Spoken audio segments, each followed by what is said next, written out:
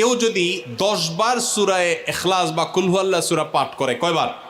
10 বার, রাতে দিনে যে কোনো সময় 10 বার যদি কেউ কুল হুয়াল্লাহ সূরা পাঠ করে, আল্লাহ নবী সাল্লাল্লাহু আলাইহি সাল্লামের হাদিসে ওয়াদা রয়েছে আল্লাহ তাআলা ওই ব্যক্তির জন্য জান্নাতে একটা বিশাল প্রাসাদ নির্মাণ করবে।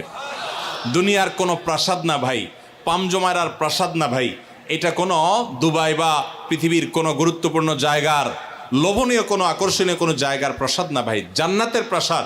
দুনিয়ার প্রাসাদ রেখে চলে যেতে হবে, জান্নাতের প্রাসাদ যে একবার পেয়ে যাবে অনন্ত অসীমকাল পর্যন্ত আর তার সেখান থেকে বের হতে হবে না, তার থেকে ছুটবে না। আল্লাহ আমাদের সবাইকে ফজিলত অর্জন করার তৌফিক দান করুন, বলুন আমিন। তাহলে সূরা ইখলাস 10 বার মাঝে মধ্যে পড়তে যদি আমরা চেষ্টা করি, পুরা সূরাটা একবার পড়তে 1 মিনিট সময় কিন্তু লাগে না। কুল হুয়াল্লাহু আহাদ আল্লাহুস সামাদ লাম ইয়ালিদ ওয়া লাম ইউলাদ ওয়া লাম ইয়াকুল লাহু কুফুয়ান আহাদ। কয় সেকেন্ড সময় লাগছে? 20 সেকেন্ড, 25 সেকেন্ড। আপনি চাইলে 1 মিনিটে 3 বার কুল হুয়াল্লাহ সূরা পড়তে পারেন, তার মানে 1 মিনিটে পুরো কোরআন খতম দেওয়ার সওয়াব আপনি লাভ করতে পারেন। তাহলে অবসর সময়গুলোতে আমরা মুখস্থ তো সবারই আছে, পড়ার চেষ্টা করব না ইনশাআল্লাহ। আল্লাহ আমাদের সবাইকে তৌফিক দান করুন। এবং পড়ার পাশাপাশি এই সূরাতে আল্লাহর একত্ববাদের কথা বলা আছে, মূল বিষয়টা সেটা, শুধু সওয়াব আহরণ করাই উদ্দেশ্য না, বরং এখান থেকে আল্লাহর একত্ববাদের শিক্ষা নিতে হবে। আল্লাহ একক, কুল হুয়াল্লাহু আহাদ, হে রাসূল বলে দিন তিনি আল্লাহ, তিনি একক, তার কোনো অংশীদার নাই, তার কোনো পার্টনার নাই, তিনি কারোর প্রয়োজন তার হয় না। আল্লাহুস সামাদ, তিনি কারোর মুখাপেক্ষী না, বরং সবাই তার মুখাপেক্ষী। লাম ইয়ালিদ ওয়া লাম ইউলাদ, তাকে কেউ জন্ম, তিনি কাউকে জন্ম দেননি আর তাকেও কেউ জন্ম দেয়নি। ওয়া লাম ইয়াকুল লাহু কুফুয়ান আহাদ, তার কোনো সমকক্ষ নাই। ভাইরা আমার, আমাদের সমাজে এক শ্রেণীর নাস্তিক আছে, বরং সকল নাস্তিক ইসলাম এবং মুসলমানদের প্রতি বিদ্বেষ লালন করে, তাদের বড় অংশ। এই নাস্তিকদের একটা কমন প্রশ্ন হলো, তারা বলে আল্লাহ যদি আমাদের সবার সৃষ্টিকর্তা হয় তো আল্লাহর সৃষ্টিকর্তা কে? নাউজুবিল্লাহ।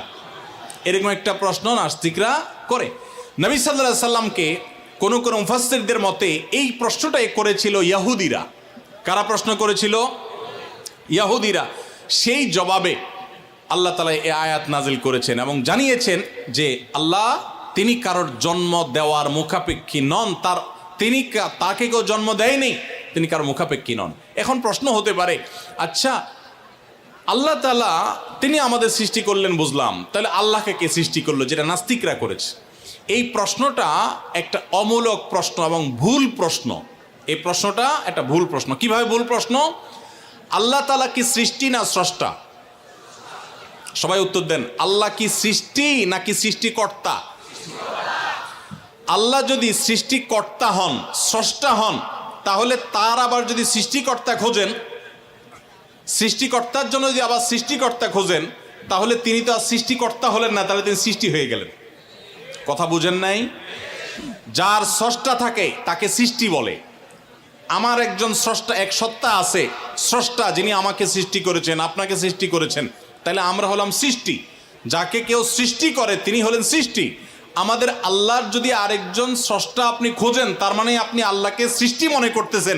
আসলে আল্লাহ তো সৃষ্টি না, তিনি হলেন কে? স্রষ্টা।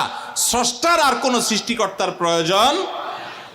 যদি বলেন যে আল্লাহরও আবার সৃষ্টিকর্তা লাগবে, তখন তো প্রশ্ন আসবে সেই সৃষ্টিকর্তার আবার সৃষ্টিকর্তাকে। এইভাবে তো অনন্ত অসীমকাল পর্যন্ত যেতে থাকবে, এটা তো হতে পারে না। এই জন্য পৃথিবীর সব কিছু, সৃষ্টি জগতের সব কিছু কোনো কারণ ছাড়া হয় না। এক মহান সত্তা আল্লাহ রাব্বুল আলামিন, তিনি এমন এক সত্তা যে তিনি নিজে সব কিছু সৃষ্টিকর্তা, তাকে কেউ সৃষ্টি করেন নাই। তার আগে চিন্তা করে যদি আপনি হয়রান হন তো আল্লাহর কাছে পানা চাইবেন, বরং এই চিন্তা না করে আপনি আল্লাহর প্রতি ঈমান আনবেন, শয়তান থেকে পানা চাইবেন। এই যে 3 কুল, এই 3 কুলের আমল এত গুরুত্বপূর্ণ যে আপনাকে শয়তান যখন মনের ভিতর আল্লাহর অস্তিত্ব নিয়ে বাজে চিন্তা করায়, আমাদের কাছে যেসব প্রশ্ন আসে আজকাল, শত শত প্রশ্ন আসে যে হুজুর হঠাৎ করে মনের মধ্যে আল্লাহ সম্পর্কে বাজে চিন্তা আসে, খারাপ চিন্তা আসে, খারাপ কথা মনের মধ্যে আসে, এটা শয়তান করায়। এটা যখন মনের মধ্যে আসবে, সাথে সাথে আউযু বিল্লাহি মিনাশ শাইতানির রাজিম পড়বেন, এই সূরা ইখলাস, ফালাক, নাস পড়বেন এবং বাম দিকে প্রতীকী থুতু, প্রতীকী থুতু শুয়ের আগায় যে পরিমাণ থাকে এরকম থুতু বাম দিকে যদি নিক্ষেপ করেন এবং আউযুবিল্লাহ পাঠ করেন, আল্লাহ তাআলা শয়তান থেকে পানাহ দান করবেন। এবং মনে রাখবেন, মুসলমানের মনের ভিতরে আল্লাহ সম্পর্কে বাজে চিন্তা আসলে বুঝতে হবে যে ইবলিস হাজির হয়ে গেছে। কে হাজির হয়েছে? ইবলিস আমার মনের ভিতরে কুচিন্তা ঢুকাচ্ছে। এটা মনে হওয়ার সাথে সাথে আমি আরো জোরসে বলবো, কুল হুয়াল্লাহু আহাদ আল্লাহুস সামাদ লাম ইয়ালিদ ওয়া লাম ইউলাদ ওয়া লাম ইয়াকুল লাহু কুফুয়ান আহাদ। আল্লাহ আমাদের সবার ঈমানকে হেফাজত করার তৌফিক দান করুন। ভাইরা আমার, তারে আমরা সূরা ইখলাস সম্পর্কে জানলাম, এই সূরার ফজিলত এবং মর্যাদা সম্পর্কে জানলাম, কখন পাঠ করতে হয় সেটাও জানলাম, এর অর্থও জানলাম।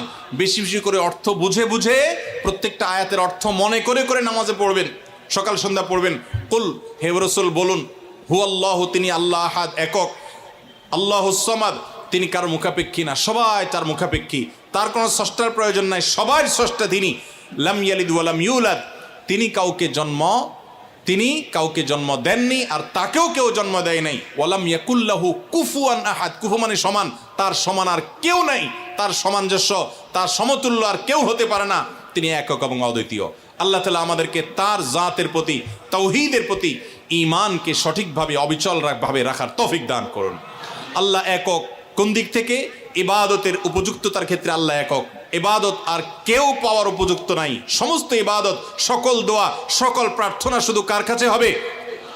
অতএব কোনো বিপদে পড়লে কোনো মাজারে গিয়ে, কোনো মৃত মানুষের কাছে, কোনো মুর্দা পীরের কাছে, কোনো অদৃশ্য শক্তির কাছে সাহায্য চাইলে সেটা শিরক হবে, ঈমান নষ্ট হবে। সাহায্য চাইতে হবে সাথে সাথে কার কাছে? আল্লাহর কাছে। ভাইরা আমার, আমাদের অনেক মুসলমান ভাই আছে আল্লাহর কাছে সাহায্য চাইতে জানে না, আল্লাহর কাছে সাহায্য চাইতে জানে না, তারা বিভিন্ন মাজারে চলে যায়, শিরক করে ঈমানকে নষ্ট করে ফেলে। মনে রাখবেন, আমাদের সাধারণ মানুষের অনেকের মধ্যে একটা রোগ আছে, মনে করে যে আমার গুনাহগারের কথা কি আর আল্লাহ শুনবেন? এই মানসিকতা আমাদের অনেক মধ্যে আছে না নাই? অনেকে দেখবেন নিজে দোয়া করে না, হুজুরের কাছে শুধু দোয়া চায়। হুজুরের কাছে দোয়া চাওয়াটা গুনাহের কথা না, এটা জায়েজ, চাওয়া যায়, কিন্তু নিজে না করে সারাদিন শুধুমাত্র হুজুরের কাছে দোয়া চাওয়াটা ভুল। আপনি নিজে আল্লাহর কাছে দোয়া করা শিখবেন। আল্লাহ বলেছেন যে উদউনি আস্তাজিব লাকুম, তোমরা আমার কাছে দোয়া করো। আল্লাহ বলেছেন আমি তোমাদের দোয়া কবুল করবো, আল্লাহ ওয়াদা করেছেন। আপনি যত নাখান্দা মানুষ হন, আপনি যত সাধারণ মানুষ হন, আমরা যত গুনাহগার মানুষ হই না কেন, আমরা যদি আল্লাহর কাছে হাত তুলে, হুজুররা যেরকম মায়ের পেজ দিয়া সুন্দর সুরে সুরে কণ্ঠে আপনার মধুরতা মাখিয়ে, তারপরে আপনার ছন্দের তালে তাল মিলিয়ে কবিতার ছন্দের সাথে আয়াত পড়ে দোয়া পড়ে আল্লাহর কাছে চাইতে পারে, আমরা এত সুন্দর করে চাইতে পারি না, কোনো অসুবিধা নেই। ভাইরা আমার, আল্লাহর কাছে চাওয়ার জন্য মায়ের পেচের কোনো কথার দরকার হয় না, চালাকির দরকার হয় না। আরে যার বলার শক্তি পর্যন্ত নাই, সেই বোবাও যদি মনে মনে আল্লাহর কাছে কিছু চায়, আল্লাহ তাআলা আলিমুম বিযাতি সুদূর, বান্দার অন্তরের খবর পর্যন্ত আল্লাহ রাখেন, তার দোয়াও আল্লাহ তাআলা কবুল করেন। এখন আপনারা অনেকে বলবেন, আমি এত বেশি নামাজ কালাম পড়ি না, আমি অনেক গুনাহ করি, গান শুনি, হারাম কাজ করি, অনেক খারাপ কাজে লিপ্ত, আমার দোয়াকে আল্লাহ কবুল করবেন? আমি আপনাকে কোরআনের আলোকে আল্লাহর প্রতি আস্থা রেখে বলছি যে আপনি যত গুনাহগার বান্দাই হন না কেন, আল্লাহর কাছে যদি আপনি চাওয়ার জন্য সেই রকম আন্তরিকতা নিয়ে আপনি চান, খুব মায়ের পেজ দিয়ে না চান, আল্লাহ আমি একটু চাকরি নিয়ে বিপদে আছি, আল্লাহ আপনার হাতে সব কিছু, আমার মালিক, আমার কর্তৃপক্ষ, বস, সবার মন আপনার নিয়ন্ত্রণে, আপনি আমার চাকরির সমস্যাটা দূর করে দেন, আল্লাহ আমি বিপদে আছি, এটা দূর করে দেন। আল্লাহ তাআলা আপনার দোয়া কবুল করবেন। এই জন্য আমরা দোয়া করব কার কাছে? ইনশাআল্লাহ আল্লাহর কাছে। ওয়াইদা সাআলতা ফাসআলিল্লাহ ওয়াইদা ইসতাআনতা ফাসতাইন বিল্লাহ। নবী সাল্লাল্লাহু আলাইহি ওয়াসাল্লাম শিক্ষা দিয়েছেন তার এক সাহাবীকে, চাইবা যখন আল্লাহর কাছে, সাহায্য চাইবা আল্লাহর কাছে। আল্লাহ আমাদের সবাইকে তৌফিক দান করুন। স্যার, সূরা ইখলাসের মূল শিক্ষাটা হলো, সূরা ইখলাস আমাদেরকে তাওহীদবাদী হতে শিখায়, একত্ববাদের শিক্ষা দেয়। ইহুদিরা তারা উযাইর আলাইহিস সালামকে আল্লাহর পুত্র বলে, নাউজুবিল্লাহ। খ্রিস্টানরা ঈসা আলাইহিস সালামকে আল্লাহর পুত্র বলে, নাউজুবিল্লাহ। মারিয়ামকে আল্লাহর স্ত্রী বলে, নাউজুবিল্লাহ। মক্কার মুশরিকরা ফেরেশতাদেরকে আল্লাহর কন্যা বলে, নাউজুবিল্লাহ। এই সব কিছু থেকে পবিত্র মুসলমানেরা তারা কোনো প্রকার সীমালঙ্ঘন করে না, তাদের নবীকে অন্য কাউকে আল্লাহর সন্তান সাব্যস্ত করে না। কোরআনের এই সূরায় আল্লাহ তাআলা সেটাই বলেছে। অতএব আল্লাহ সম্পর্কে সেই সঠিক ধারণাটা আমরা গ্রহণ করব, এটা হলো এই সূরার শিক্ষা।